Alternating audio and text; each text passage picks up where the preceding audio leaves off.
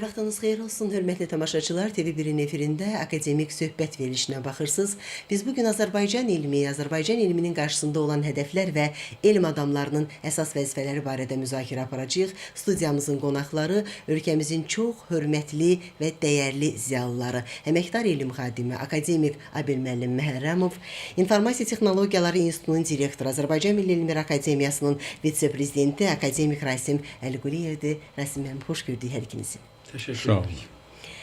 Hər bir xalqın, hər bir dövlətin, millətin milli iqtisadiyyatının dirçəldilməsi, onun dayanıqlığının təmin edilməsi və yüksələn xəttlə inkişaf etdirilməsində elmi töhfələrsiz ötüşmək qeyri-mümkündür. Və biz də əgər milli iqtisadiyyatdan və ona verilən elmi töhfələrdən bəhs ediriksə, əlbəttə ki, Azərbaycan milli elmi və Azərbaycanın düşünən beyinlərinin toplandığı Azərbaycan Milli Elmlər Akademiyasından bəhs edirik.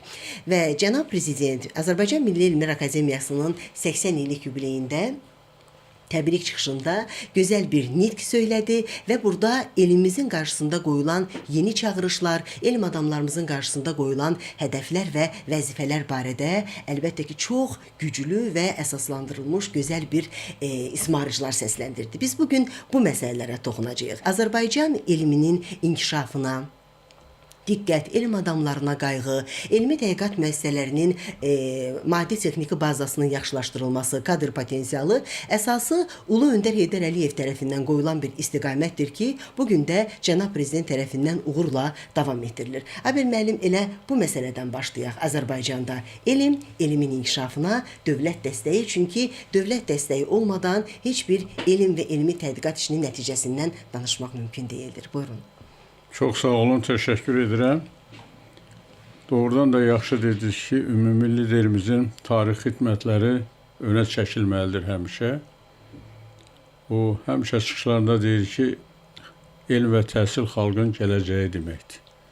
Yəni, elm nə qədər inkişaf edirsə, təhsil nə qədər inkişaf edir, xalqın gələcəyi bir o qədər də parlaqdır. Və deyim ki, dünən Azərbaycan Milli Elmlər Akademiyasının 80 illik yubileyində möhtərəm prezidentimiz cənab İlham Əliyev iştirak etdi.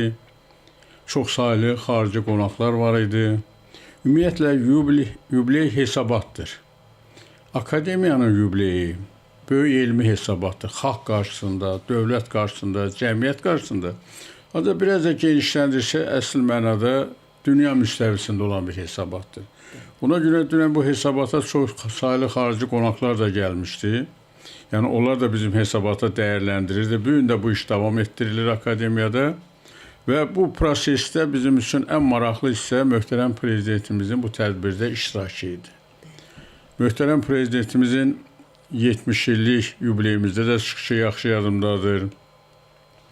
Dünənki çıxışında da çox belə mənalı, məzmunlu ideyalar çox güclü idi. Yəni, ona yaxşı dərindən qulaq asan adam hərəsi özü üçün yeni bir töhfə axtarır ki, mən cəmiyyətə hansı töhfəni verim.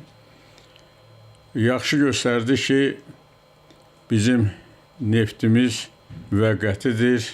Ona yeraltı sərvət kimi baxırıq. Ancaq bizim gələcəyimiz, möhtərəm prezidentimiz dedi ki, elmlə, təhsillə bağlıdır. Xüsusilə elmi önə çəkdi, düz demək lazımdır. Mən sizə bir məsələ deyim.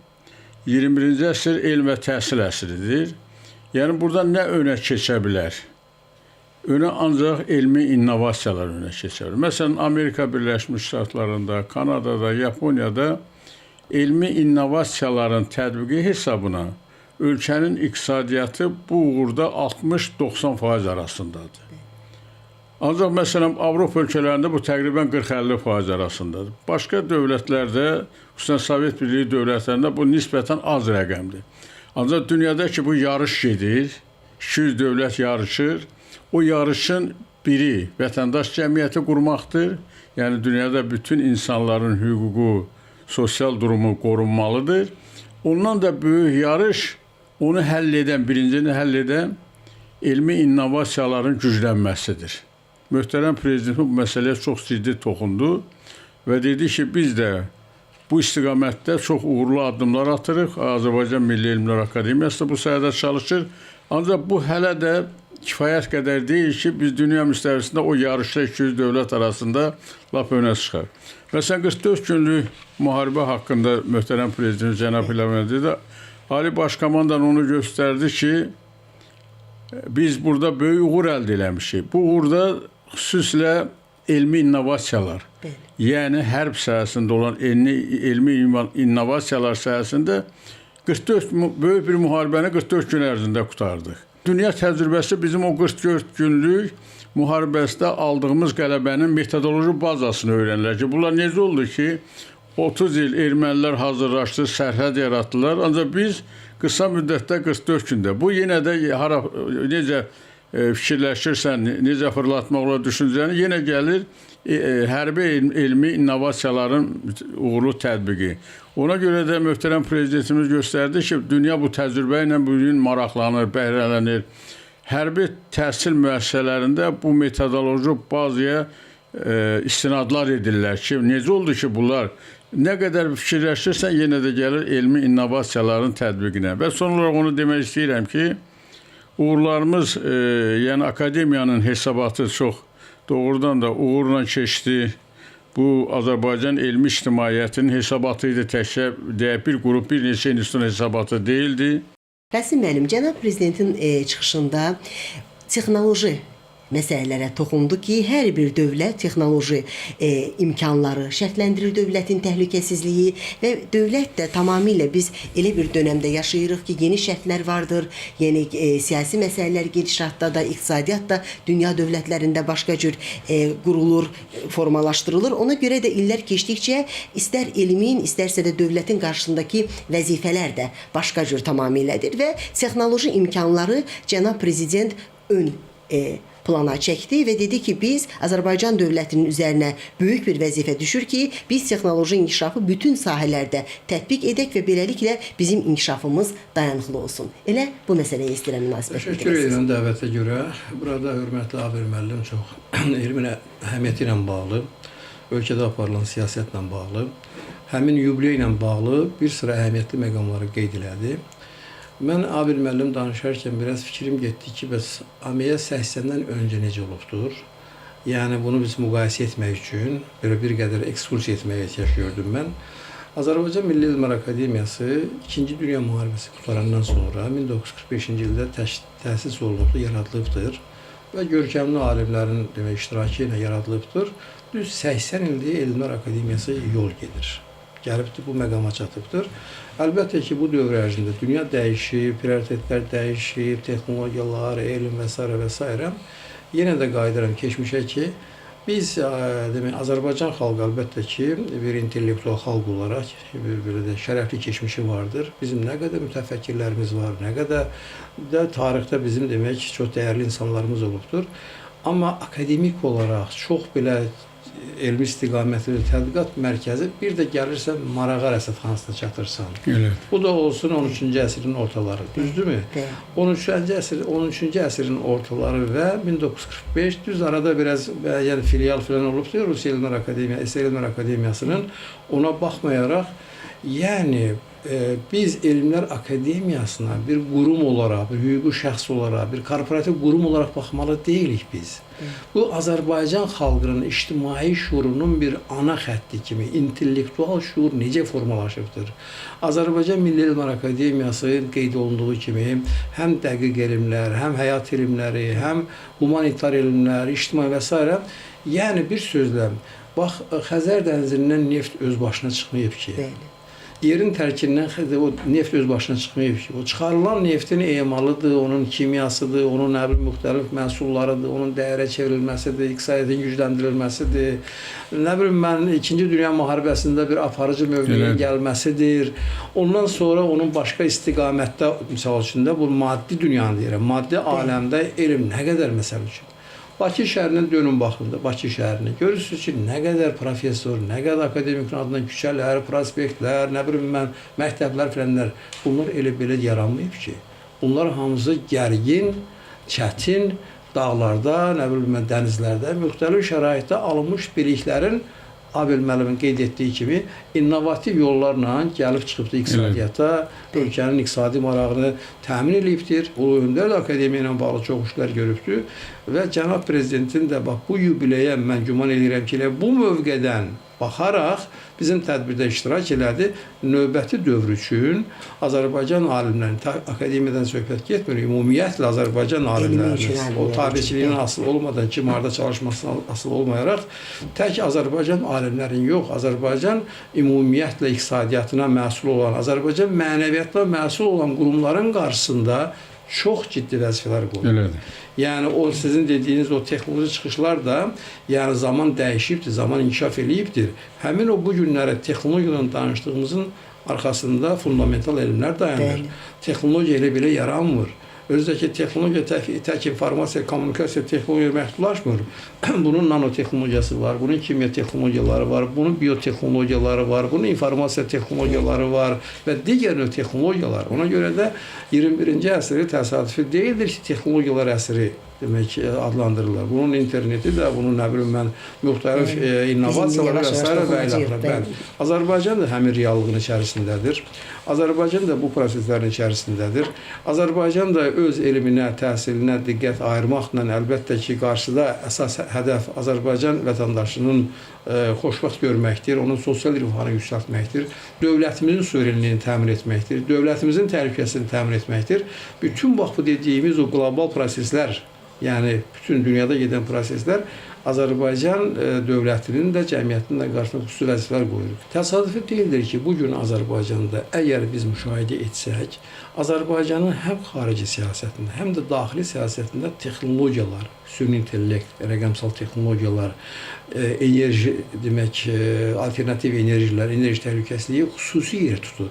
Bax, cənab prezidentin son zamanlar apardığı xarici siyasətdə, bax, Çinlə, Amerika Birləşmiş Ştatları ilə, nə bilim, digər inkişaf etmiş ölkələrlə o xarici siyasətdə əsas prioritetlərdən də biri həmin o texnologiyalardır. Elədir. Xaricdən inkişaf etmiş ölkələrdən yararlanmaq, onların misal üçün diqqətini cəlb etmək, investisiya cəlb etmək, kadr hazırlamaq. Məsələn, bu istiqamətdə cənab prezident həm xaricdə xüsusi bir proqram var ki, bu proqram çərçivəsində gedib universitetlərdə oxuyub Azərbaycana qayıtmaq və xüsusən də mən bunu indi Abel müəllim təhsillə bağlı olduğu üçün yəqin ki, məlumatı da var. Elm və Təhsil Nazirliyi, Nazirlər Kabineti qərarına əsasən Azərbaycan ali təhsilini yenidən təftiş elədi. Bax, mən yadıma gəlir ki, bir neçə ay bundan öncə bütün ali məktəblərin proqramları, ixtisaslaşmaların hamısını demək yenidən bax, bu rəqəmsal transformasiyalar, yaşlı transformasiyalar, yeni çağırışlar, yenidən Azərbaycanın elm və təhsilini təzədən belə ki, təftiş etmək, nə lazımdırsa götürmək, lazım olmayanı deyək ki, biraz dayandırmaq, bəlkə də bağlamaq. İkinci Qarabağ müharibəsindən sonra bir daha cənab prezidentin fəaliyyətinə onu hiss edirik ki, bax bu dronlardır, pilotsuz uçuş aparatlarıdır, süni intellektdir, ağıllı kənddir, ağıllı şəhərdir. Nə bilim mən ölkədə bütün bax bu innovasiyalar, rəqəmsal innovasiyalar, bütün bunlar hamısı insan tələb edir, onları yetişdirmək tələb edir. Düzdür, müvafiq dövlət qurumları öz işlərini görürlər. Bunun təhlükələri də var, bunun kibir təhlükəsizliyi də var, bunun xaricdə hücumları da var. Azərbaycanda aparılan bu uğurlu siyasət bəziləri sonra həzm eləyə bilmir, görürsən ki, ziyan vurmaq istəyirlər və s. Bütün bu reallıqları cənab prezident dünənləri çox belə açıq şəkildə, açıq mesaj deyək ki, dünya ictimaiyyətinə verdi ki, Azərbaycan bu istiqamətdə birinci problemləri anlayır, apardığı siyasət şəffafdır. Və orada əsasən bir məqam var ki, Azərbaycan alimlərin qarşısına vəzifə qoydu ki, bu texnologiyalar beynəlmiləl olsa da, elm beynəlmiləl olsa da, amma milli maraqlar beynəlmiləl deyil. Milli maraq var, dövlətin təhlükəsizliyi var, dövlətin suverenliyi var, dövlətin virtual məkanda kiber suverenliyi var. Bu müxtəlif təhlükələr var, onlara qarşı mübarizə aparmaq, süni intellektdən məqsədyönlü şəkildə istifadə etmək, onun yaratdığı risklərə qarşı davamlı olmaq və s. Cənab prezident Azərbaycan alimlərinin qarşısında, texnoloqların qarşısında, bu işə aidiyyəti olan ayrı dövlət qurumların qarşısında açıq belə deyək ki, mətnlə dedi ki, eyni zamanda mən bu işi müvafiq dövlət orqanlarına tapşırıram ki, onlar öz fəaliyyətlərində ki, o elmə ehtiyacı olan hissə var. Alimlərlə bərabər işləsinlər. Bəli. İndi dediyimiz kimi, akademiya 80 ildə indiyə kimi gəlibdir. Keçdiyi 80 ilə baxsaq, onun yarısı Sovet hökumətinə aiddir. Yəni belə təxminən görə də 90, hardasa təxminən onun yarısı Sovetlər vaxtında düşübdür. O birisi vaxtı da, ikinci vaxtı da müstəqil Azərbaycanın vaxtında. Hər ikisində Azərbaycan alimləri şərəfli fəaliyyətlə demək məşğul olublar. Dediyim kimi ölkəmizin inkişafına baxmayaraq ki, Sovet ideologiyasının çərçivəsi var idi. Baxmayaraq ki, nə bilim mən onun siyasi ideoloji, iqtisadi sistemləri başqa idi. Amma Azərbaycan Riyazi Məktəbi, Azərbaycan Kimya Məktəbi, Azərbaycan Fizika Məktəbi, Azərbaycan Kibernetika Məktəbi, Azərbaycanın digər nə qədər məktəbləri yetişibdir. Bəs bu Azərbaycan alimlərinin xidməti deyil. Həmin o məktəbin demək yetirmələri ali təhsildə bu günləri kafedra rəhbəri eləyirlər, müəyyən elmi istiqamətə rəhbəri eləyirlər, kadr yetişdirirlər. Ona görə də çox sevindirici haldır ki, Azərbaycan bax bu istiqamətdə uğurla keçmişi də demək şərəflidir, indi bugünü də şərəflidir və güman edirəm ki, gələcəkdə də biz çox demək yaxşı bir nailiyyətlərin şahidi olacağıq. Həbib müəllim, Rasim müəllim də vurğuladı ki, dünənki çıxışında cənab prezident dövlət qurumlarına bir çağırış elədi ki, alimlərlə fəaliyyəti gücləndirirsiniz. Deməli bu bizim həm iqtisadiyyatımız üçün, həm elm adamları üçün yeni bir mərhələ olacaqdır. Düzdür, yəqin ki, müəyyən dövrlərdə, müəyyən sahələrdə əlbəttə ki, hər hansı bir inkişaf, alimlərlə fəaliyyət, əlbəttə ki, birgə fəaliyyət mövcud olubdur. Amma dünən çox ciddi bir tapşırıq ki, bu bir çağırışdır, yeni çağırış oldu. Yeni bir mərhələ açacaqmı? Alimlərlə dövlət qurumlarının birgə fəaliyyəti üçün. Elmin vətəni yoxdur. Vətənin elmə böyük ehtiyacı var. Çünki alim məqalə yazar, hamı bütün dünya bilir. Ancaq vətənin elmə böyük ehtiyacı var. Hər şeydə bayaq dedim ki, elmi innovasiyalar ölkəni önə çıxardır. Ancaq hörmətli Rasim müəllimin bir fikrinə təzə çıxış eləyəndə, ya ki, ilk sualı siz ki verdiniz, maraqlı bir məlumat verdik ki, biz 80 ildə akademiyamız formalaşıbdır. Rasim müəllim, 35-ci ildə biz filial kimi formalaşmışıq və 35-ci ilə qədər də ZAK Federasiya deyirlər, akademiyanın, SR Elmlər Akademiyasının filialı idi. Bizim də orada bölünmələrimiz vardı, ermənilərin də, gürcülərin də. Sonra 35-ci ildən sonra bir ayrıca filial şəklində, onlar da bizdə, ayrı respublikalar üçün filial şəklində. Ancaq indi maraqlı burasıdır ki, Rasim müəllim, onlar məsələn, gürcülər 41-ci ildə akademiya yaradıblar. Ermənilər müharibə vaxtı 43-cü ildə yaradıblar. Biz müharibə qutarandan sonra, daha doğrusu o ərəfədə yaratmışıq. Ancaq indi baxaq o tarixə də, tarix belə idi ki, məsələn, burada neft elmi məktəbləri bayaq siz dediyiniz kimi yeraltı sərvətləri üzə çıxartmaq, dənizdən neft çıxartmaq, heç onların bu işdən xəbəri yox idi. Biz artıq bu sahələrdə işləyirdik. Məsələn, siz təsəvvür edin ki, Azərbaycanda hələ 19-cu əsrin sonlarına yaxın Mendeleyev burada işləyibdi. Markovnikov, Beylişteyn, Ragozin, Zinin və bütün dünyanın tanınmış kimyaçıları burada işləyib. Nobel qardaşlarını neftin ikinci emalının istiqamətində təklif veriblər. Ondan sonra onlar imkanları artıb. Bu geniş izahatı ona görə verdim ki, Ümumilli liderimiz Heydər Əliyev bütün bunları düşünərək hər il minlərlə gənc istedadlı Azərbaycan övladlarını Moskvaya göndərdi oxumağa. Və bugünkü elmi potensialı götürsək, mən açıq deyirəm ki, bir 85% bilavasitə o vaxt SSR-nin o vaxt xaricə getmək mümkün deyildi. SSR-nin aparıcı ali təhsil müəssisələrində, akademiyanın aparıcı institutlarında təhsil alaraq, bir mütəxəssis kimi formalaşaraq Azərbaycana qayıdıb, Azərbaycanda yeni innovativ elmi istiqamətlərin inkişafına təsir elədi və onun o yetirdiyi adamlar akademiyanın inkişafında müəyyən sıçrayış əldə elədilər. Açıq danışmaq lazımdır. İndi bu gün də ikinci bir var. Möhtərəm prezidentimiz cənab İlham Əliyevin rəhbərliyi ilə yaxşı planlar həyata, proqramlar həyata ki, gənclərimiz xaricə gedir. Ancaq o vaxtdan bir fərqi var, bir ziyalı kimi açıq demək istəyirəm ki, o vaxt hamı qayıdırdı, hesabat alınırdı. Möhtərəm prezidentimiz, mən özüm də o hesabatda iştirak elədiyimə görə vaxtda Moskva Dövlət Universitetinə getmişəm. Yəni, həmişə bunu hiss edir ki, bizim üzərimizdə bir ciddi nəzarət var. Qayıdırdıq işlə təmin olmağı, necə fəaliyyət göstərməyimiz. Yadımdadır, hər il möhtərəm prezident, ulu öndərimiz Heydər Əliyev, o vaxt prezidentimiz idi, daha doğrusu Mərkəzi Komitənin baş katibi idi, birinci katibi idi, gəlirdi Moskvaya Hətta bəzən iclasdan sonra bizdən görüşəndən sonra hərəmizə biraz da maliyyə vəsaiti, o vaxt postprezidentə deyirlər, daimi nümayəndəlik. Bizə pul da verirlər. Yəni həm o tərəfini gözləyir, həm bu tərəfini. Yəni nə qədər diqqət var idi. Ancaq bu gün də ondan çox göndərilir. Açıq danışmaq lazımdır. Özü də o vaxt o qədər SSR müstəvisində ortaq məxrəc var idi. Yəni pul çox vermirdi. Məsələn, Belaruslar şikayət edirdi ki, biz Ruslara yaxınıq, Azərbaycandan çox gəlir. Ermənilər şikayət edirdi. Gürcülər ancaq bizdən çox gedirdi. İndi bizim artıq onlara maliyyə vəsaiti verib göndəririk. Açıq danışmaq lazımdır proqramlar çərçivəsində. Elə ixtisaslara çox böyük maliyyə vəsaitləri tələb edir. Ancaq biz çalışmalıyıq ki, onlar da qayıtsın, öz bəhrəsini versin. Bütün bunları deməkdə məqsədim odur ki, möhtərəm prezidentimiz dünən çox məsələlərə toxundu. Açığını deyim, indi imkan olsa burada danışıram.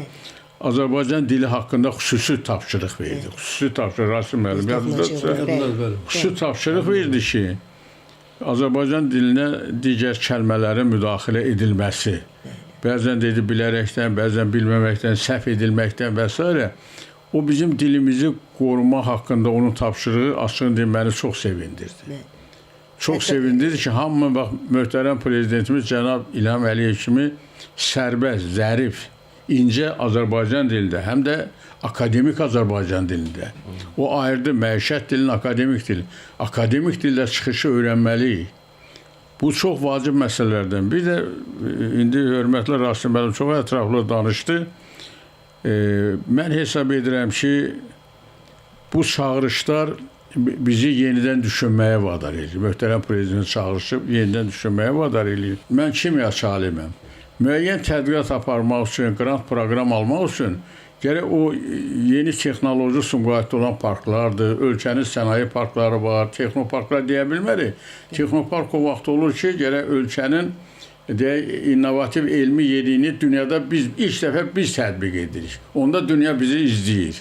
Biz hələlik bu istiqamətdə addımlarımızı atmışıq. Mən arzu nədən ibarətdir? Arzum nədən ibarətdir ki, biz o istiqamətdə də deyək ki, gələn 10 illikdə deyək ki, möhtərəm prezidentimizin çıxışını nəzərə alaraq aktivliyimizi artırmaq şərti ilə Azərbaycanda yeni texnoparkların yaradılması, elmi innovativ nəticələrin tətbiqi. Bax, bu istiqamətdə biz doğrudan-doğruya çıxa bilərik. Son olaraq bir də onu qeyd edeyim. Mən əminəm ki, gələn 10 ildə bu barədə hesabat verə biləcəyik. İnşallah. İnşallah və biz cənab prezidentin çağırışlarından, dediklərindən və hətta alimlər üçün bir yol da açdı ki, yeni Qarabağda olan bütövlükdə 2030-cu ilə qədər günəş, külək və su elektrik stansiyalarında cənab prezidentdən istat gətirirəm ki, generasiya gücü 6000 megavata çatacaq ki, bu sahələr arasında əsas bərpa olunan enerji növlərinin yaradılmasını şərt qoydu və eyni zamanda cənab prezident Qarabağda və Şərqi Zəngəzurda böyük geoloji işlər aparılır deyə alimlərə bir ciddi mesaj verdi ki, orada da yaxın bir neçə ay ərzində bizə deyir çox yaxşı xəbərlər gələcəkdir ki, bizim çox zəngin təbii resurslarımız var. Qızıl, gümüş, mis yataqları, polimetal yataqlar. Cənab prezident alimlər üçün hətta bir tədqiqat yolu da açdı. Rasim müəllim, biraz bir məsələyə də toxunaq. Bəli, təşəkkür edirəm. Əlbəttə cənab prezidentin çıxışında Qarabağ, Şərqi Zəngəzur məsələləri çox prioritet belə deyək ki, olaraq qeyd olundu. Və ümumiyyətlə demək, 2-ci Qarabağ müharibəsindən sonra ki, bizim əlimiz artıq o torpaqlara çatır. Bu günlər Azərbaycan alimin qarşısında 2 hədəf vardır. Birincisi, demək, Qarabağın özünün dediyimiz kimi minalardan təmizlənməsi, sularının səmərəli istifadə olunması, alternativ enerjidir, su resurslarıdır. Ondan sonra onun o torpağından, onun o faydalı istifadə olunmasıdır. Aqrar təsərrüfü, aqrar demək, sahədə müəyyən işlərin həyata keçirilməsidir. İnsanların ora qaytarılması görə nə qədər problemlər var. Və eyni zamanda əlbəttə ki, onun geologiyasıdır, onun o təbii sərvətlərin aşkarlanmasıdır, onun qızılıdır, gümüşüdür, filanıdır və s.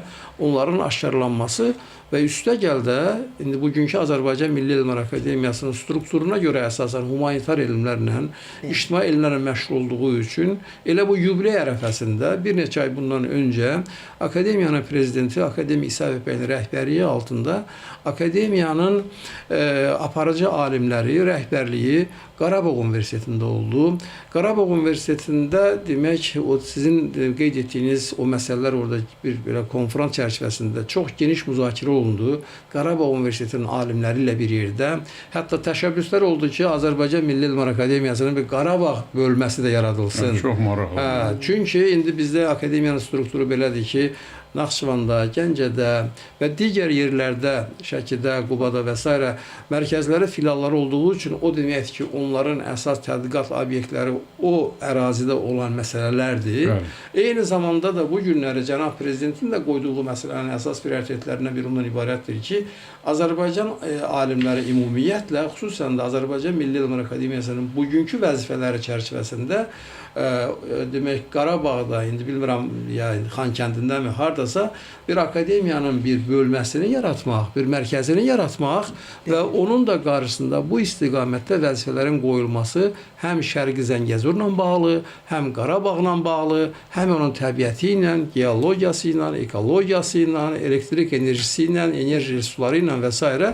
həm də ki, insanların orada demək, müəyyən bir, belə deyək ki, iqtisadiyyatının formalaşdırılması, insanların orada yaşaması, özdəki son zamanlar cənab prezidentin siyasəti nəticəsində bir qayıdış proqramı var. Yəni, Qarabağa, Şərqi Zəngəzura, oradakı demək, yaşayış məntəqələrinə dağıdılmış, tamamilə Xirosima səviyyəsində olan, yəni ki, ora qayıtmaq üçün yəni çox belə deyək ki, dəhşətli bir mənzərədir.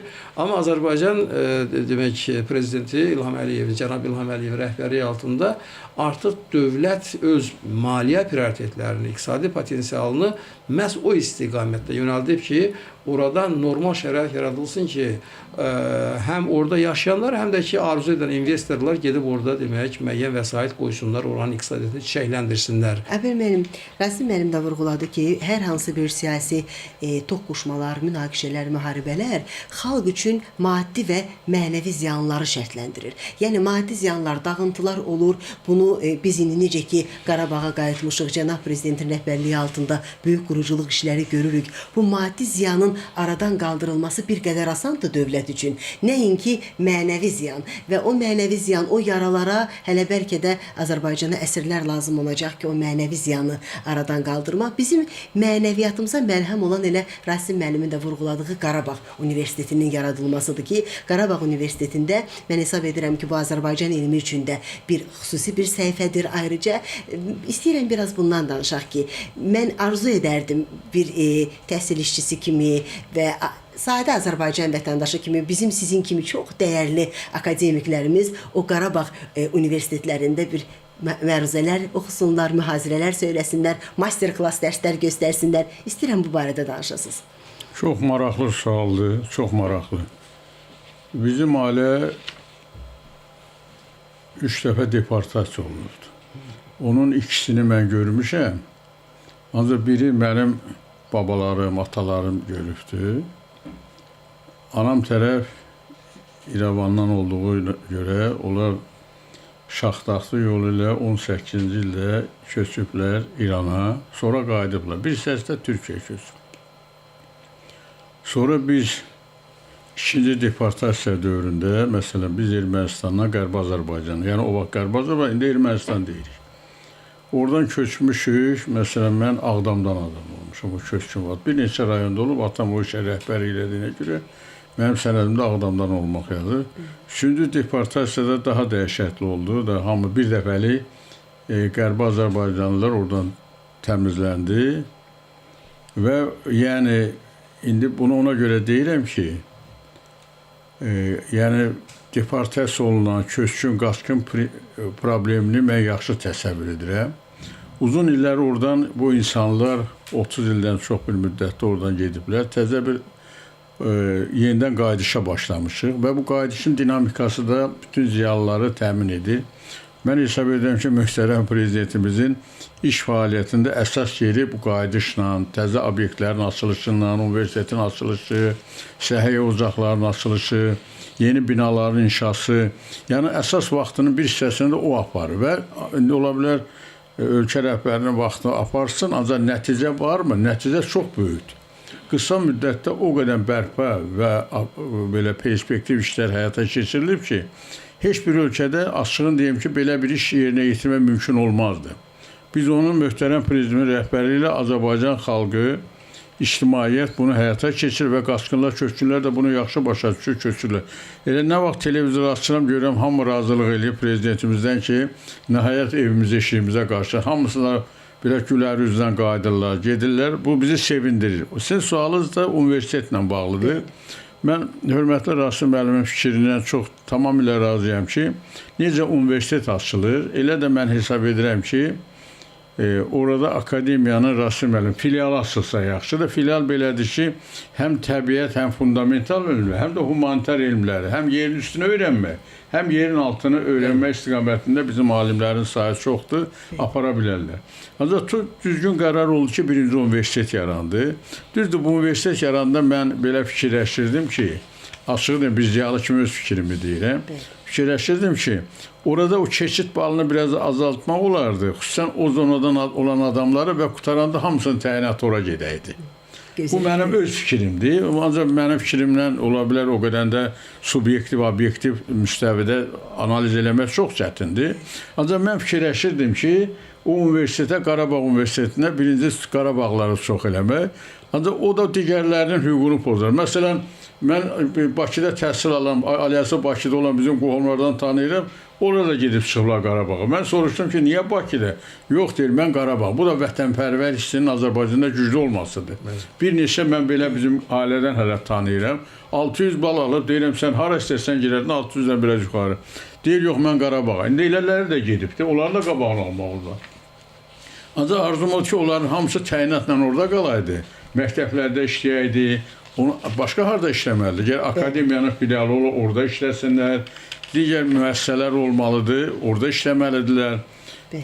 Və çox düzgün buyurursunuz ki, əlbəttə akademikləri dəvət eləməlidirlər, master klass verirlər. Ümumiyyətlə, akademikin özünün inkişaf yoluna bir nəzər salanda, hər bir gənc çalışacaq ki, yüzündən bir 5-10-u, 50'si çalışacaq ki, mən də onun kimi əziyyətə dözüb, mən də onun kimi böyük alim olmalıyam. Deyirlər, əskər odur ki, saldat deyirlər, Rus əskər odur ki, general olmaq arzusunda deyilsə, o əskər deyil.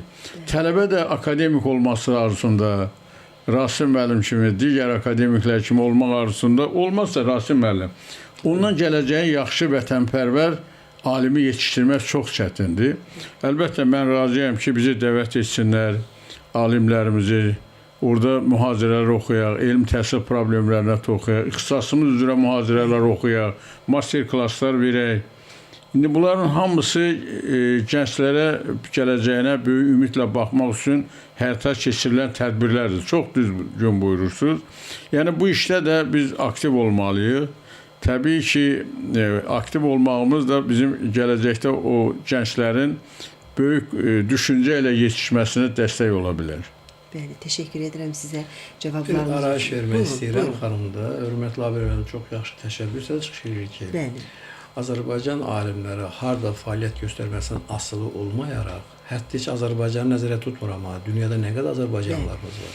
İndi internet imkan verir ki, həm yaxşı olar ki, fiziki gedib orada dərs deyəsən, master klassda, yəni ustad dərsləri keçəsən, həm də ki, demək, dünyanın hansı bir yerində məlumdur ki, Qarabağ Universiteti təzə formalaşır, orada müəllimlərə, alimlərə böyük ehtiyac vardır. İndi onun o tələbə kontingentini dövlət müəyyənləşdirir, seçir, müəyyən formalaşdırır.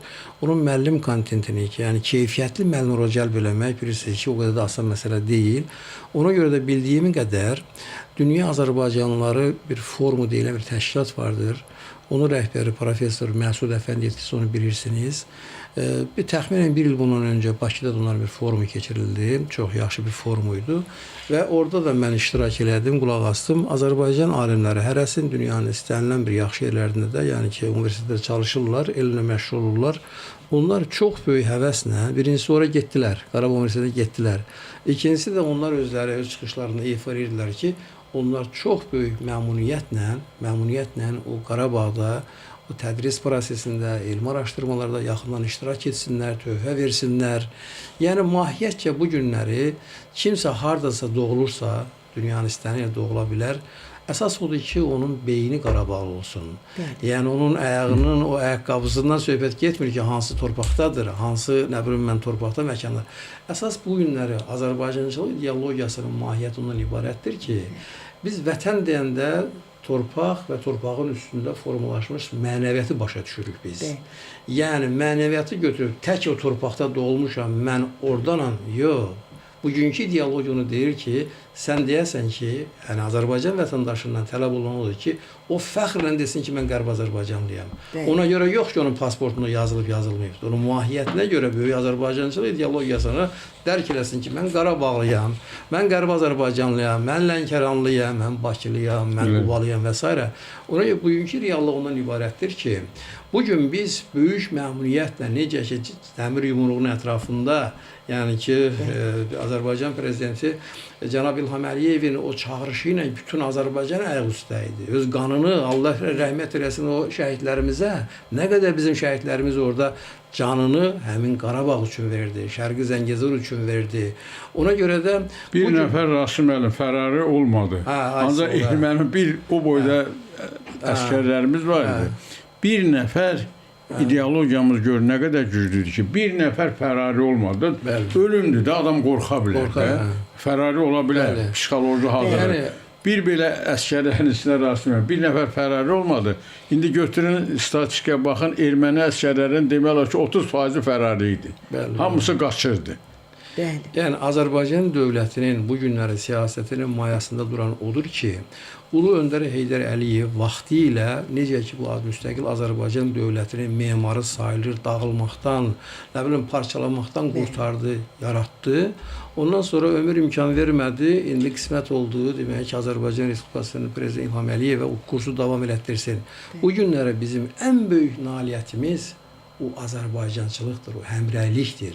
O ölkədə ki, iqtisadiyyat indi düzdür, vacib olsa da, əsas məsələ bu insanların özünün, bax bu ölkənin vətəndaşı olaraq hesab etməsi, o bayrağı özünün vahid bayrağı kimi, o himnin qarşısında, necə deyərlər, fərağat dayanması, Azərbaycan dövlətinin prezidentinin ətrafında bir yumruq kimi birləşməsi və o yumruğun təsiri olaraq, hörmətli Abil müəllimin qeyd etdiyi kimi, o Qarabağ əldə olundu.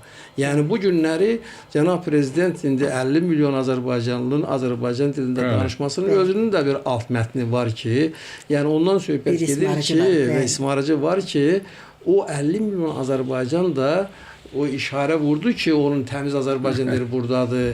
Bu bayraq, bu himn, bu Azərbaycan dövlətinin prezidenti bütün 50 milyon Azərbaycanlının prezidentidir. Bu torpaq onların vətənidir. Bu himn onların, necə deyərlər, himnidir. İndi Zəngəzur dəhlizi deyirlər, nə bilim mən indi başqa adı var, Tramp yolu deyirlər və s. Şükür bir neçə ilə lap yaxın bir vaxtda o yol açılacaqdır. Görəcək o günləri. Görəcək o günləri. Ondan sonra Naxçıvan, ondan sonra Türkiyə, ondan sonra dünyaya açılışdır. Bütün, necə deyərlər, Azərbaycanın xoşbəxt gələcəyi, bax, gözümüzün qabağında necə inkişaf edir, necə səvirir. Ona görə adam fəxr eləyir ki, hər bir misal üçün, şəxs fəxr eləyir ki, bax, mən bu ölkənin vətəndaşıyam, sevinirik ki, biz bu ölkənin vətəndaşıyıq. Bizim də talihimiz Abel müəllim bu reallıqları görməkdir. Heç inanardıq ki, 30 ildə bu Qarabağda ermənilər gedər, inanardıq ki, o torpaqlar azad olar. Ona görə də, bax, belə insan belə heyran qalırsan ki, nə qədər Azərbaycan siyasəti öz bəhrəsini verir. Bu il ölkədə konstitusiya və suverenlik ilidir. Bir neçə gündən sonra da Zəfər bayramımızdır, Qələbə bayramımızdır.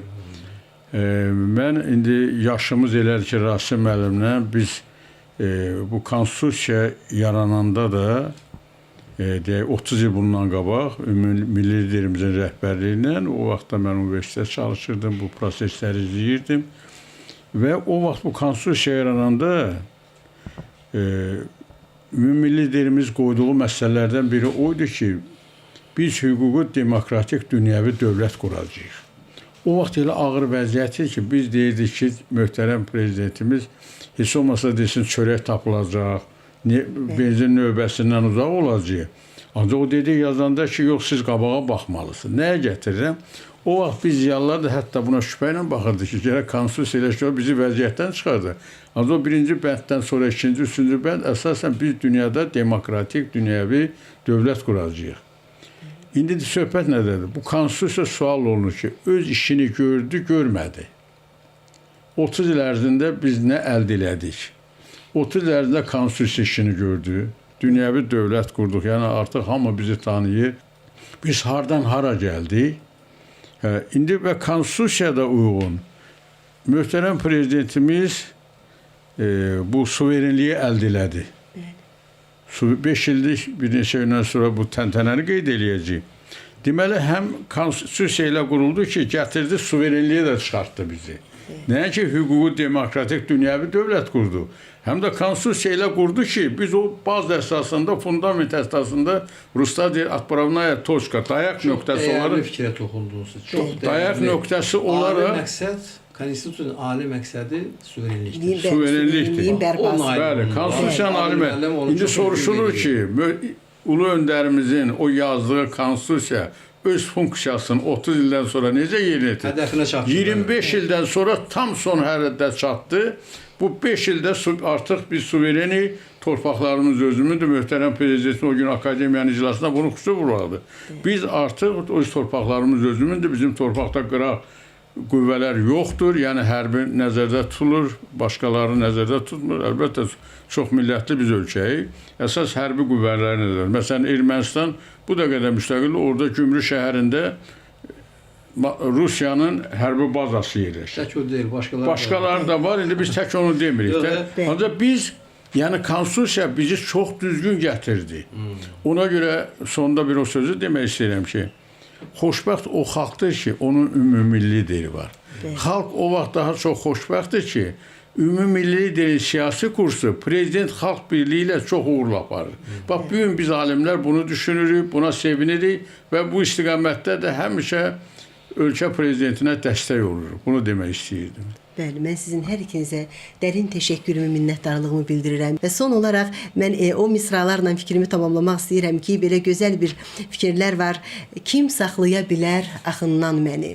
Hünərəm, cürətəm, andam, dözüməm. Kim görmək istəsə yaxından məni, şeirimi oxusun, şeirim özüməm. Azərbaycan dövlətinin başçısının da əməllərini kim görmək istəyir, onu yaxından tanımaq istəyirsə, onun gördüyü işlər yetərlidir. Azərbaycan alimlərinin, sizin kimi dəyərli akademiklərimizi şəxsən tanımaq istəyənlər də sizin əsərlərinizə, sizin işlərinizə nəzər salmaq kifayətdir. Yenidən görüşənədək diqqətinizə görə təşəkkür edirəm.